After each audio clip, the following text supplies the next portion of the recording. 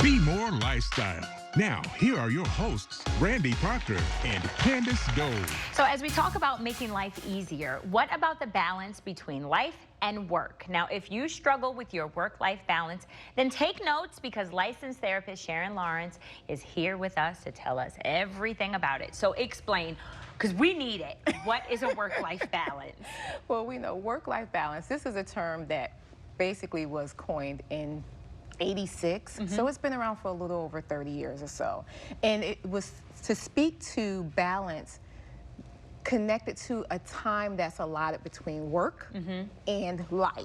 And life can mean a number of things, right? It can mean family, social activities, it can mean leisure, travel, and just personal, and a mixture of everything that's important to you outside of the workplace. And so, but we know that not everyone has it, and clearly it's a big deal because 30-something years later, and people are still trying to figure out, one, what is it, and how do you actually make it work for you? Right, so how do you even set a realistic expectation to kind of balance the two? Understand that it's not equal parts. Okay. I think people often are trying to say, okay, there's 24 hours in a day. Okay, I'm gonna have 5 hours of sleep and 5 hours to eat and 5 hours to play and 5 hours with family, and it's not equal parts. The other piece is that there's no perfect solution to it.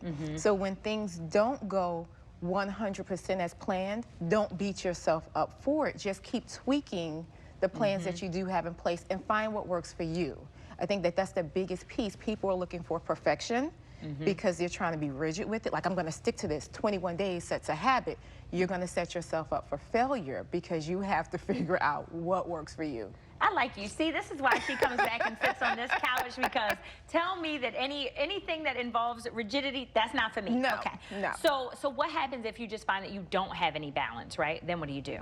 You know, I recommend either connecting with a therapist or even a life coach. Okay. Or get an accountability partner. You have a few options there, but find somebody who can help you set some type of structure, because balance is necessary. It may not look perfect, but it's necessary so that you don't start spinning out of control. That's the risk that you take when you don't have any type of balance and you're just kind of going. There are people who don't put anything on calendars. They don't know where they're supposed to be at any point in time.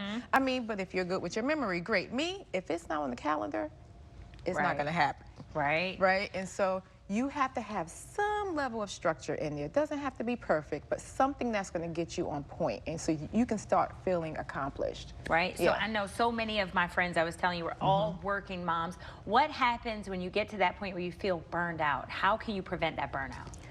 Acknowledge what you have on your plate. I think there is so much to being able to say no and being able to set boundaries. When you don't do that, anything kind of goes, and you find yourself saying yes to everything. And there are some things you should say yes to, but there are a lot of things that you have to set the limit.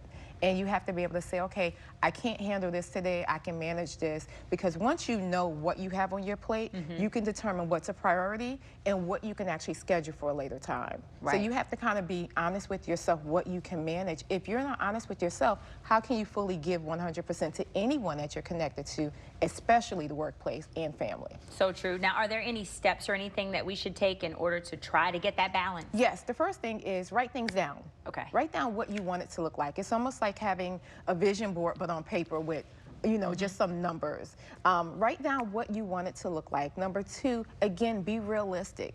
Don't put anything down on that paper that you know that you are not going to commit to. And don't go reading every article and saying, I'm going to do all of those things. Make sure you're realistic and set realistic time frames. So maybe trying one thing at a time and then tweaking it as you go along. Don't try and do everything at the same time. It's going to be overwhelming. What about beating yourself up if you're not able to meet those guidelines, even maybe they're not so rigid ones that you put down for yourself? Stop. Okay. Don't beat yourself up. We're not perfect. Like I said before, I think that's what sets us up for failure, is that we're looking for perfection, and then also we're looking for it to be equal parts. Don't beat yourself up. You're human. Right. We're learning. We're continuously evolving. Grow with yourself and be patient with yourself. So don't beat yourself up. I like everything that you're saying, of course. How can we keep up with you, find out more information about you and what you do? My website is www.mysalawellness.com, or on social media, Facebook, Instagram, Twitter, and YouTube. I have a YouTube channel at My Sailor Wellness as well. All right, and you be there for us and all of our viewers to kind of help everybody get that balance. Absolutely. Prevent that burnout. Thank you so much for being here with us. You always make me feel like such a great mom and a career lady for not having it all together. That's so right. Thank you. Awesome. You're doing a wonderful job.